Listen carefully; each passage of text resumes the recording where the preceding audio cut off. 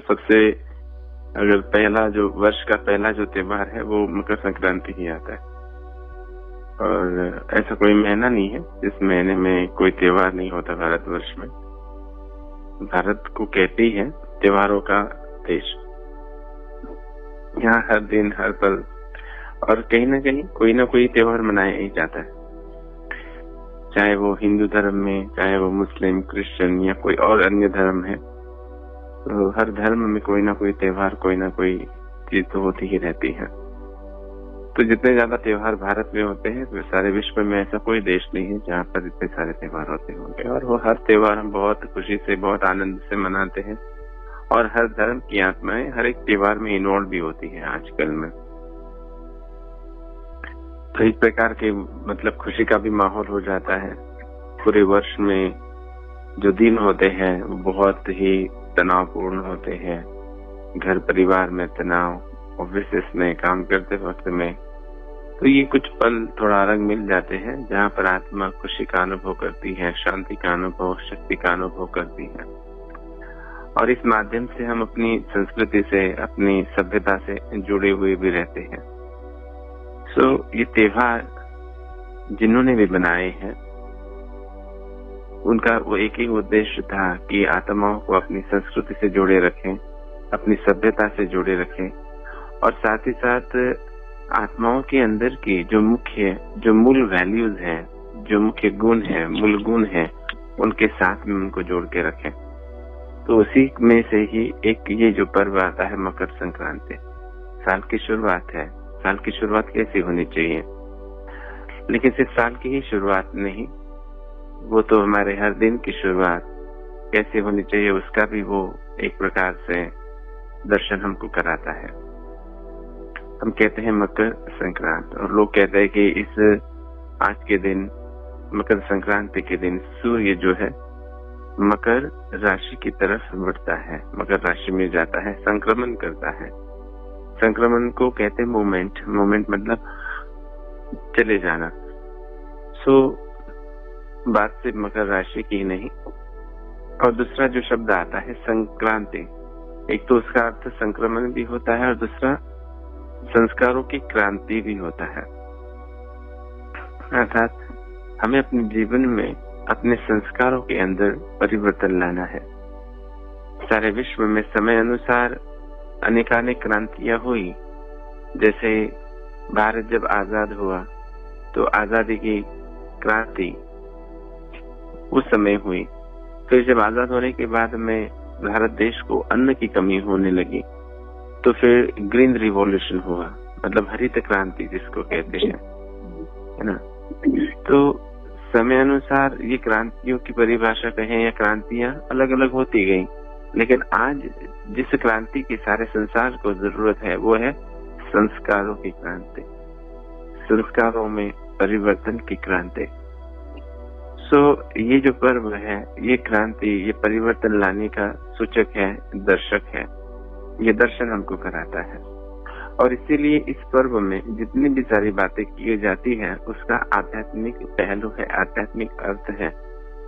और इस अर्थ को जब हम समझते हैं और उस समझ के आधार से जब हम अपने जीवन में इस पर्व को मनाते हैं तो ये पर्व सिर्फ हमें स्थूल चीजें ही प्रदान नहीं करता, लेकिन सूक्ष्म चीजें भी, अर्थात सुख, शांति, आनंद, प्रेम, शक्ति, पवित्रता, ये सब कुछ हमें जीवन में प्रदान करता है। स्थूल चीजों में अर्थात स्थूल जो बातें हमको प्राप्त होती हैं, सेहत तो प्राप्त होती ही है, शरीर स्वस्थ होता है, लेकिन आत्मा को जो मूल चीजें चाहिए वो चीजें हैं ये गुण, और इन गुणों से भी आत्मा भरपूर होती है। अगर इन त्योहारों को हम अगर आध्यात्मिक रीति से मनाते हैं और कोई भी आध्यात्मिक बात अगर कहनी है तो उन लोगों ने, जो भी ऋषि मुनि जिन्होंने भी इन सारे त्योहारों की रचना की है, तो आध्यात्मिक बातों को बताने के लिए स्थूलता का आधार लिया, अर्थात साकार में वो बातें की जो चीजें उन गुणों को प्रकट करने वाली है, उन गुणों का दर्शक हो, उन गुणों को या फिर कहें कि उन वस्तुओं को, उन साधनों को लोगों को जीवन में प्रयोग करने के लिए कहा, उस प्रकार की विधियां करने के लिए कहा। ताकि उसको जब करेंगे तो उससे जुड़ी जो बात है, उससे जुड़ी जो गुण है, उनकी याद आएगी और आत्मा उन गुणों को जीवन में धारण करने का प्रयास करेगी। तो मकर संक्रांति ये एक प्रकार से देखा जाए तो संस्कारों की क्रांति है। संस्कारों को परिवर्तन करने की ये वेला है, जीवन में श्रेष्ठ गुणों को धारण करने की ये वेला है।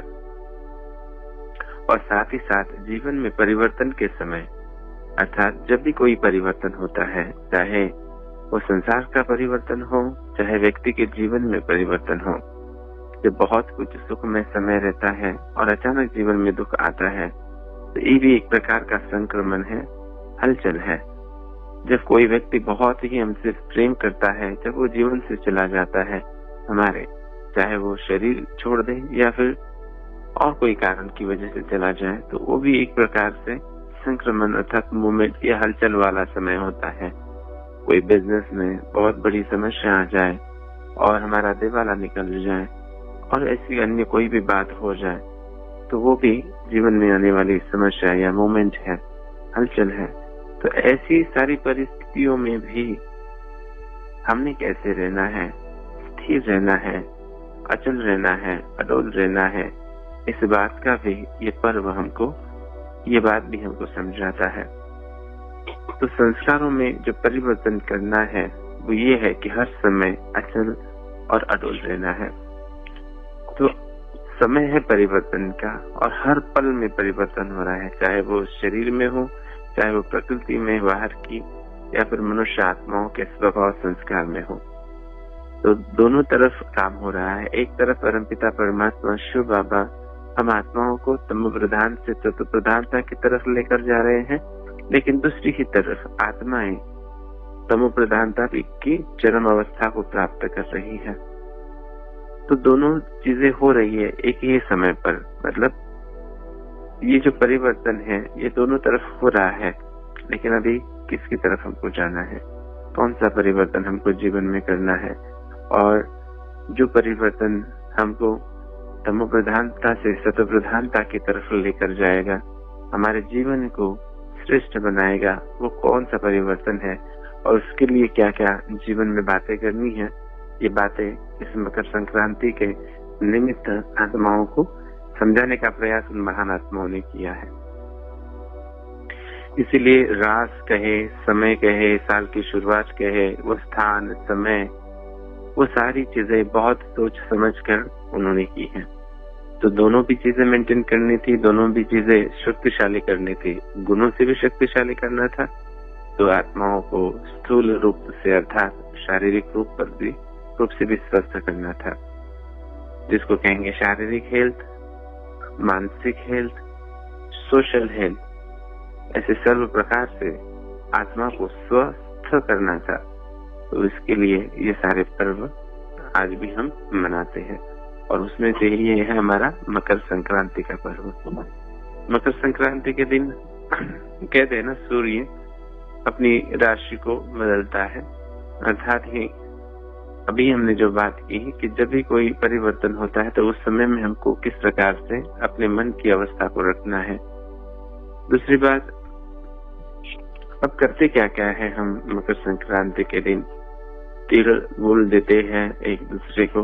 वैसे मुझे बाकी अन्य जो स्टेट्स हैं वहां पर क्या क्या करते हैं उसकी ज्यादा तो जानकारी नहीं है, लेकिन जो महाराष्ट्र में स्पेशली किया जाता है वो जो सारी बातें हैं वो यह है कि आज के दिन हम एक दूसरे को तिल गुड़ देते हैं और कहते हैं कि तिल गुड़ खा, गुड़ गुड़ बोला। फिर और एक बात करते हैं कि सारी महिलाएं एकत्रित होती हैं और एक दूसरे की ओटी को भरा जाता है। उसमें वे अलग अलग वान होते हैं, फ्रूट्स होते हैं, और उसी इसी समय में आए हुए मार्केट में जैसे हरभरा होता है और गन्ना होता है, उनके टुकड़े भी किए जाते हैं और वो भी दिए जाते हैं। साथ साथ में और भी कोई सौगात आत्माओं को, दूसरे आत्माओं को दी जाती है। और महाराष्ट्र में एक अच्छी परंपरा है कि उनको अपने पति का नाम लेना होता है, लेकिन सिर्फ सीधा सीधा नाम नहीं, लेकिन उसको बहुत ही काव्यात्मक रूप में, उखाना जिसको हम कहते हैं, तो काव्यात्मक रूप में उसको रखना होता है। फिर हम छोटा जो बच्चा होता है उसकी लूट भी करते हैं। छोटे बच्चे को बिठाते हैं और ये जो सारा वाहन हमने जो तैयार किया है उसको बच्चे के ऊपर लुटाते भी हैं और फिर पतंग भी उड़ाते हैं। मतलब और गुजरात में तो बहुत ज्यादा ये तो पतंग का उत्सव होता है। आकाश रंगी बिरंगी पतंगों के रूप में, मतलब आकाश में सारे रंग दिखाई देने लगते हैं। तो इन सब का भावार्थ क्या है तो थोड़ा हम समझने की कोशिश करते हैं बाबा के ज्ञान के आधार से। तो सबसे पहली बात है कि तिल और गुड़।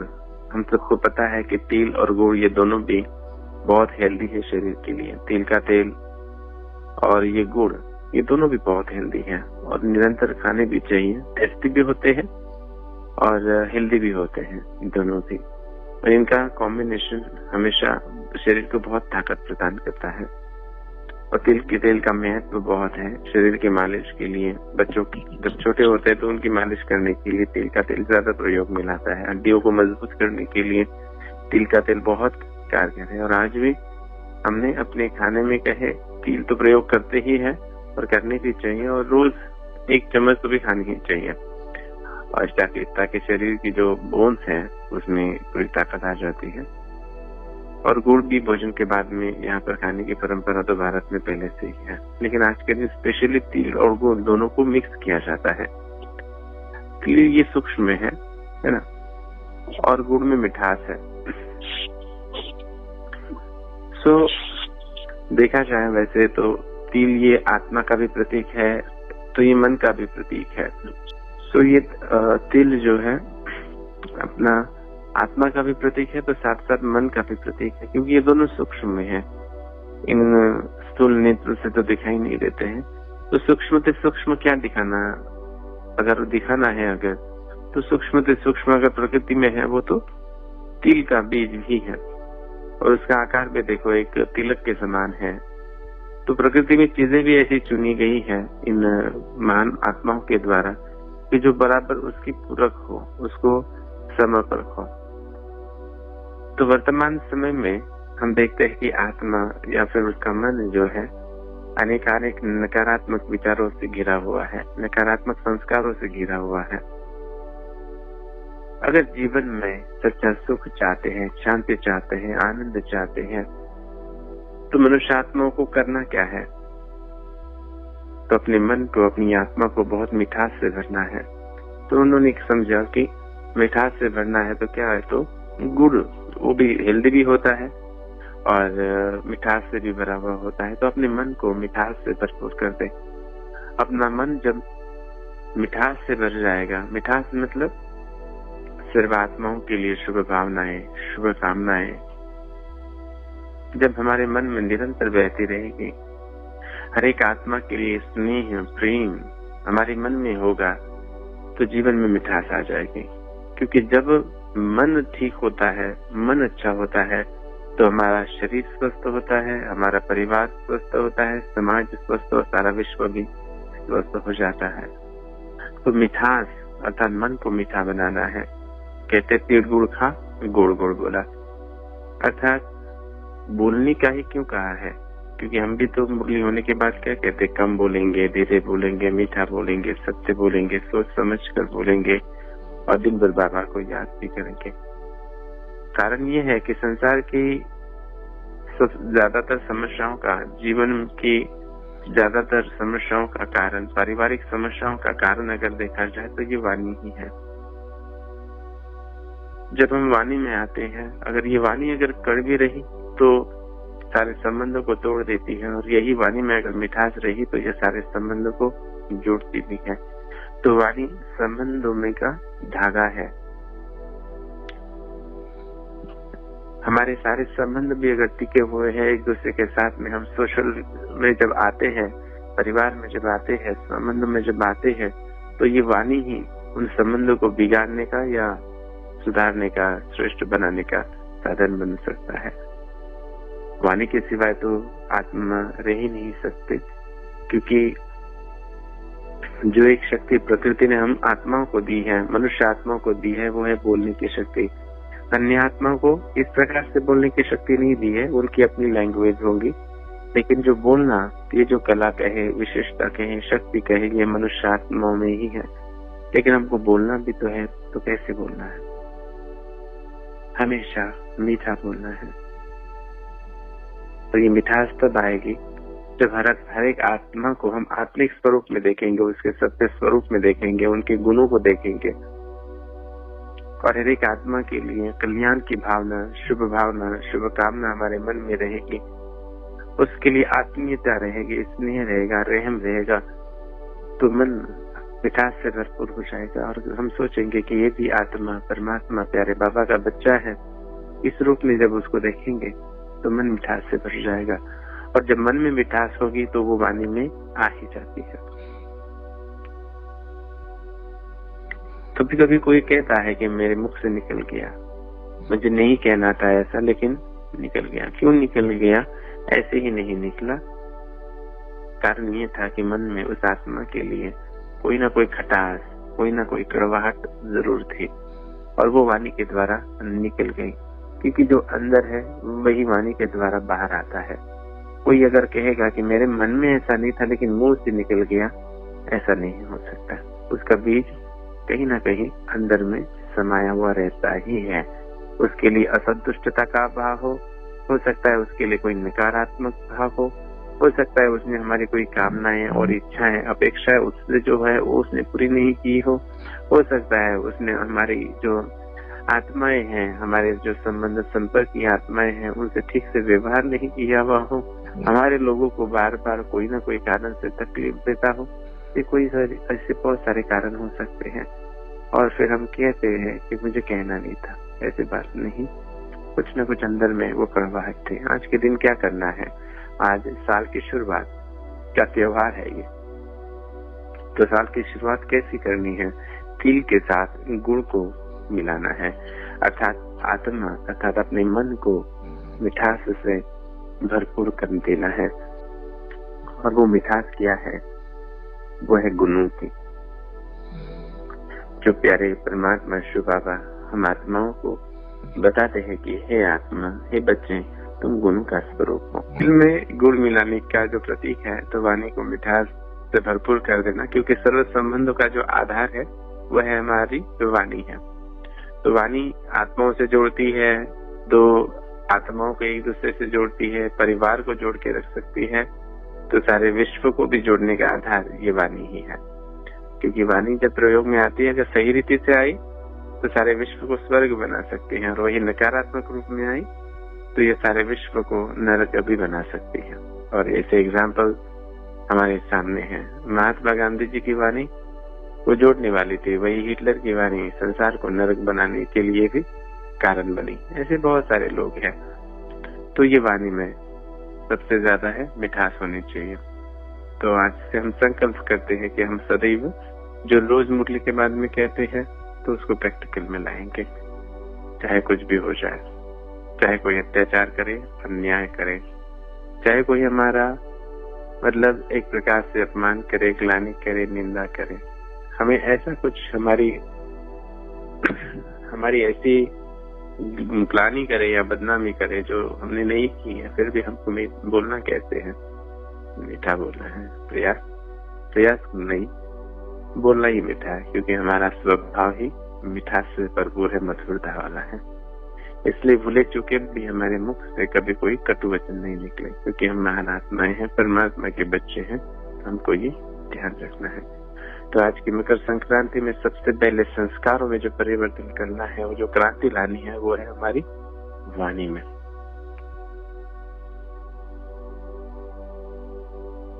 दूसरा, आज के दिन सारी महिलाएं एकत्रित होती है और उसको हल्दी कुमकुम का कार्यक्रम कहते हैं। हल्दी लगाते हैं और कुमकुम की लगाते हैं। देखो, दो रंग दो युगों का कहे या फिर दो धामों का प्रतीक है।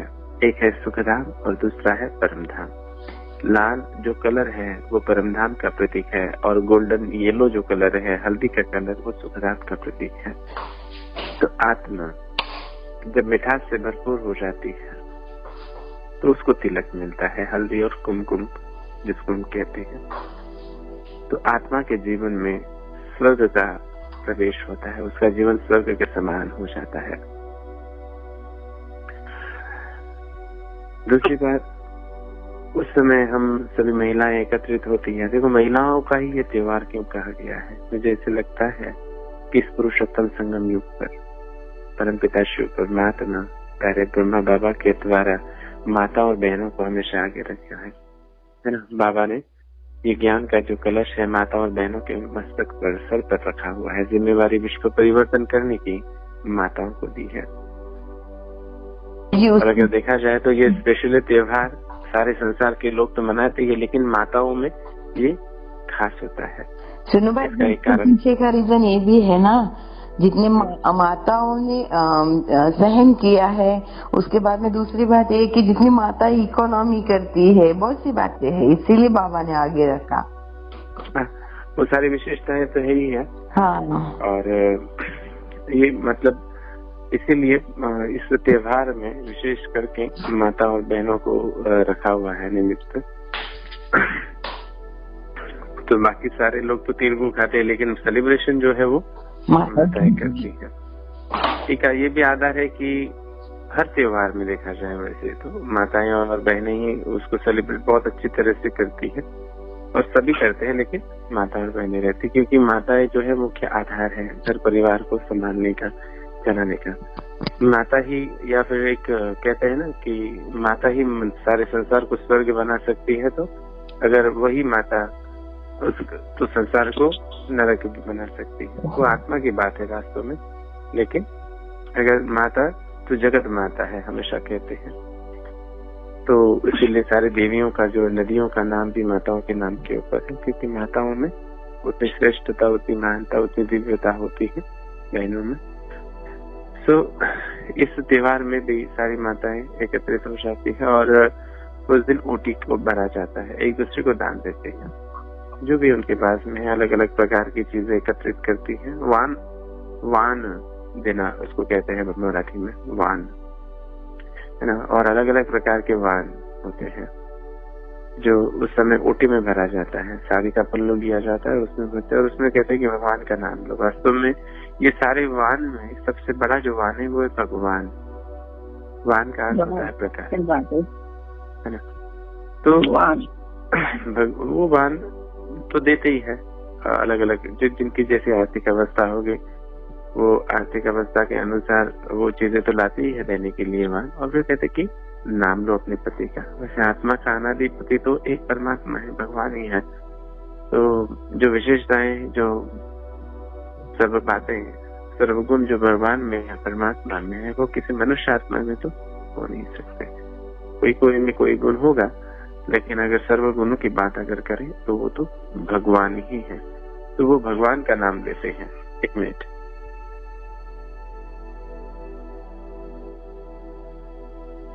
मैं कह सकता हूँ।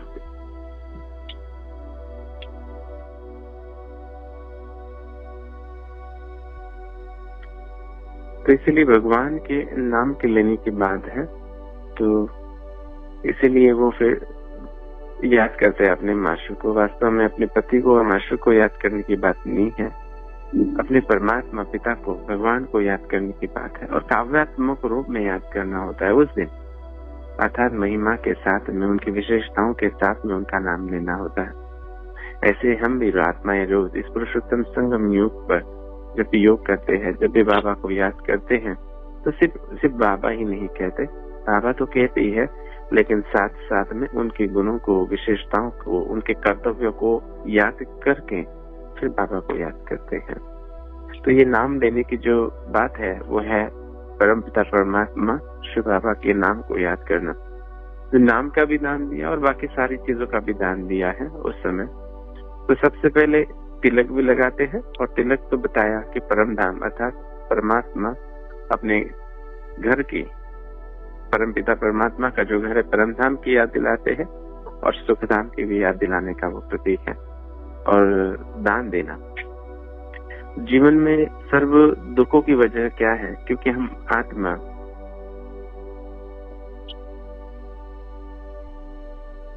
अपने मूल स्वभाव को भूल गई है, क्योंकि हम आत्माओं का जो मूल स्वभाव है वो है देना।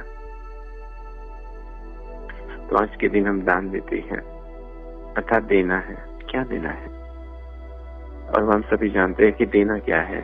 जो हमारे पास है वो दे, जिसके पास जो है वो देगा, बस यथाशक्ति जिसको हम कहते हैं। लेकिन हमारे आत्मा के पास में 7 तो अनादि गुण हैं, वो तो आत्माओं को दे सकते हैं।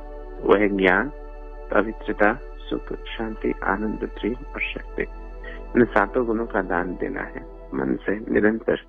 वाणी से तो मिठास अर्थात मधुरता का दान देना है, और निरंतर हमारे मन में परमपिता परमात्मा का नाम गूंजता रहे, उनकी ही याद चलती रहे। तो ये सारी चीजें याद करना, देना, तो ये इसीलिए ओटी भी भरी जाती है जो दान का प्रतीक है।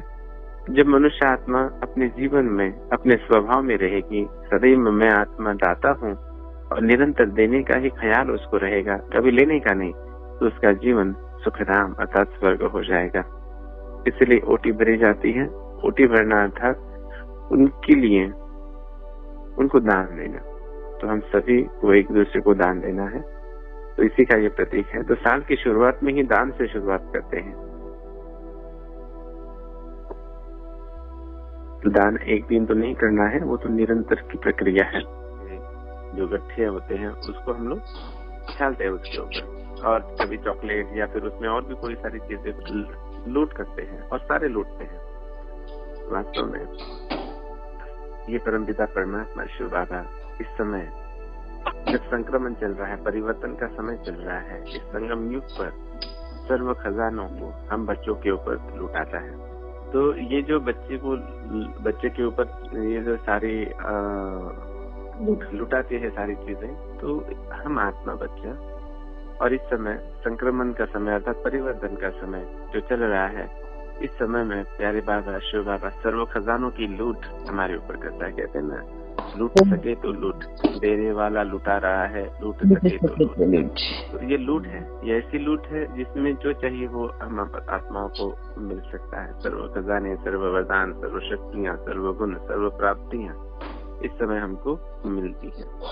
और वो बच्चे के ऊपर ही लूट की जाती है, बड़े के ऊपर क्यों नहीं किए जाते? क्योंकि जो बच्चा बनेगा उसको ही वो सर्व खजानों को वो प्राप्त कर पाएगा। बच्चा बनना पड़ेगा बाबा का। इसलिए बाबा कहते हैं मीठे बच्चे अर्थात फ्लेक्सिबल बच्चे, अर्थात हमेशा मिठास से भरे हुए बच्चे, अर्थात जो कभी भी कोई भी बात को अपने मन में पकड़ के नहीं रखते। कुछ भी हो जाए, कितना भी झगड़ा क्यों ना हो जाए, लेकिन वो तुरंत भूलने का संस्कार उनके अंदर रहता है, वो है बच्चा। बच्चा अर्थात तुरंत क्षमा कर देना, क्षमा से भी ऊपर भूलना, अर्थात उसको पता ही नहीं कि क्या हुआ। क्षमा करने की बात तो दूर, ना उनके जहन में कोई शब्द, कोई व्यवहार, किसी का कर्म लेता है। बस वो एक ही बात जानते हैं, बच्चे से एक ही बात जानते हैं, वो है प्यार, जो सदैव सबको स्नेह और प्रेम देते रहते हैं। और सब सिर्फ माता पिता ही उनके जहन में होते हैं बच्चे के, उनका सारा ध्यान अपने माता पिता की ओर रहता है। ऐसे बच्चे के ऊपर सर्व खजानों की लूट होती है, इसलिए बच्चे की लूट किए जाते, बड़े की नहीं किए जाते। तो ऐसे समय पर जब परिवर्तन का समय चल रहा है, तो हमें बच्चा बन जाना है, क्योंकि बच्चा बनने में जो सुख है ना, वो बड़ा बनने में सुख नहीं है। आज हम शरीर से बड़े हो गए हैं, साधन से बड़े हो गए, और उस बड़े हो गए हैं, लेकिन जो बचपन है, जो बच्चापन है हमारा, वो भूल गए। इसलिए बाबा कहते हैं बचपन के दिन देना, आज हंसे कल रुलाना देना। बचपना ही हर आत्मा के अंदर जो है उसको हम भूल गए। सिर्फ हम तो है तो बच्चे ही आत्मा, देखा जाए तो ओरिजिनल में। लेकिन एक एक लेवल जैसे जैसे मैं लगाते गया कि मैं 2 साल का, मैं 5 साल का, मैं 10 साल का, मैं 15 साल का, मैं 20 साल का, मैं बड़ा हो गया हूँ, मैं अब टीचर बन गया, मैं बिजनेसमैन बन गया, मैं पति बन गया, मैं वृद्ध बन गया।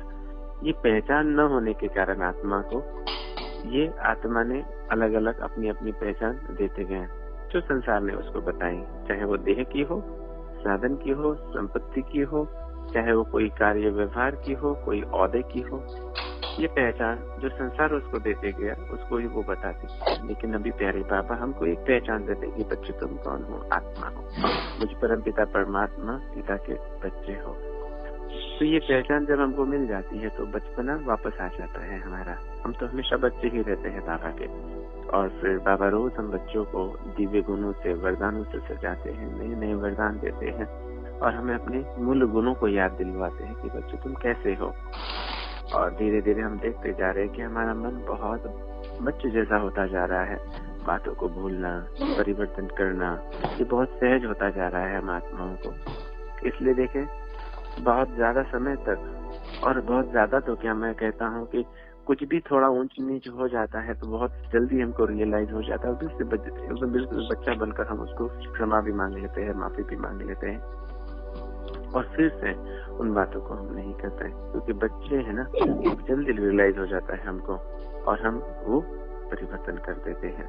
तो ये बचपना धीरे धीरे देखो हमारे भाव स्वभाव संस्कार में आता जा रहा है। तो तीसरी जो क्रांति करनी है हमें अपने स्वभाव संस्कारों में, जो बचपन हम भूल गए हैं, जो बच्चा हमारे अंदर जो था उसको जो हम भूल गए थे, उस बच्चे को फिर से जागरूक करना। और बच्चे का जो स्वभाव है, संस्कार है, वो है सिर्फ स्नेह और प्रेम देना। और वो अभूल होता है, अर्थात अज्ञानी होता है संस्कारों से। जो कलयुग के जो संस्कार हैं, बातों को पकड़ के रखना, किसी को धोखा देना, कोई कैसा व्यवहार करता है उस व्यवहार को देखकर उसके साथ वैसा ही व्यवहार करना, ये जो सारे कलयुग के स्वभाव संस्कारों से वो अज्ञानी होता है। ऐसे अज्ञानी बनना अर्थात बच्चा बनना। और जब ऐसे बच्चे बन जाएंगे तब ही सर्व बातों की लूट, सर्व खजानों की लूट हमारे ऊपर होगी। ऐसा नहीं कि हम बच्चे बन गए, बाबा के ज्ञान में आ गए तो सर्व खजानों की लूट हमारे ऊपर हो रही है। नहीं, जो बच्चा है उसी के ऊपर लूट होगी, बाकी तो फिर यथाशक्ति प्राप्त कर रहे हैं। तो ये लूट जो की जाती है उसका पीछे का भावार्थ ज्ञान के आधार से जो समझ में आ रहा है वो ये है। फिर चौथी बात की जाती है, पतंग को उड़ाते हैं। पतंग आकाश में उड़ती है। पतंग की अपनी कोई इच्छा नहीं होती, कहते हैं। पतंग तो ऊपर उड़ती है लेकिन उसकी जो डोर है वो हमारे हाथ में होती है और पतंग डोर के आधार से बंधी हुई होती है। पतंग ये हम आत्मा है और उसकी जो डोर है वो है श्रीमत, और वो जो डोर जिसके हाथ में है वो है प्यारा बाबा।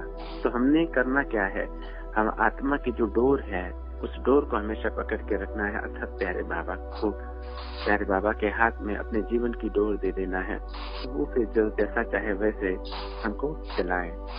तो इस विश्व गगन में ऊंचे से ऊंचा लेकर जाने की ताकत, हम आत्माओं को लेकर जाने की ताकत शिव बाबा के और किसी में नहीं है। आत्मा अगर सोचे कि मैं खुद ऊपर उठ सकती हूँ और वो डोर काट दे तो कुछ समय के लिए तो ऊपर जाएगी लेकिन फिर से नीचे आ जाएगी। तो इसीलिए हमें निरंतर ध्यान रखना है कि हमारे मन की जो डोर है वो प्यारे बाबा के साथ में जुड़े रहे, बुद्धि की जो डोर है वो बाबा के साथ में जुड़े रहे। तभी हम आत्मा इस विश्व गगन में ऊपर उठ सकती है और सर्व आत्माओं को परमात्मा प्रत्यक्षता या कहे परमात्मा का संदेश दे सकती हैं और अपने गुणों का दर्शन भी करा सकती हैं। अपने जो रंग बिरंगे जो कलर्स है, अर्थात जो गुणों की बात आती है, कलर्स अर्थात गुण, तो गुणों का दान फिर सारे संसार को दे सकते हैं। लेकिन उसके लिए शर्त यही है कि श्रीमत की लगाम, श्रीमत की डोर, उसको पकड़ के रखना है। उसको कभी भी, उस मर्यादा का कभी भी उल्लंघन नहीं करना है। जब इस प्रकार से हम अपने जीवन को जिएंगे, जब हम अपने परमात्मा बाबा के हाथ में अपने जीवन की आत्मरूपी पतंग की डोर दे देंगे, जब हम बच्चे बन जाएंगे, निरंतर देने का हमारा संस्कार हो जाएगा और वाणी हमारी मधुरता से संपन्न हो जाएंगे, ये 4 प्रकार की क्रांतियां जब हमारे जीवन में हो जाएंगी, तब ही हम सच्ची रीति से मकर संक्रांति मनाएंगे और हमारा जीवन सुखधाम हो जाएगा। इसलिए फिर हल्दी लगाने का अर्थ है जीवन को सुखधाम बनाना और परम धाम, अर्थात जब आत्मा इन संस्कारों को जीवन में धारण करेगी तो आत्मा पतित से पावन बन जाएगी और अपने घर परम धाम में भी वापस जा सकेगी। तो इसी का ये प्रतीक है, ये आध्यात्मिक पर्व है। तो इस स्थिति से अगर हम मनाएंगे तो हम स्थूल प्राप्तियों के साथ साथ में सूक्ष्म प्राप्तियों के साथ साथ में सर्व प्रकार की प्राप्तियों से भरपूर हो सकेंगे। अच्छा जी, ओम शांति।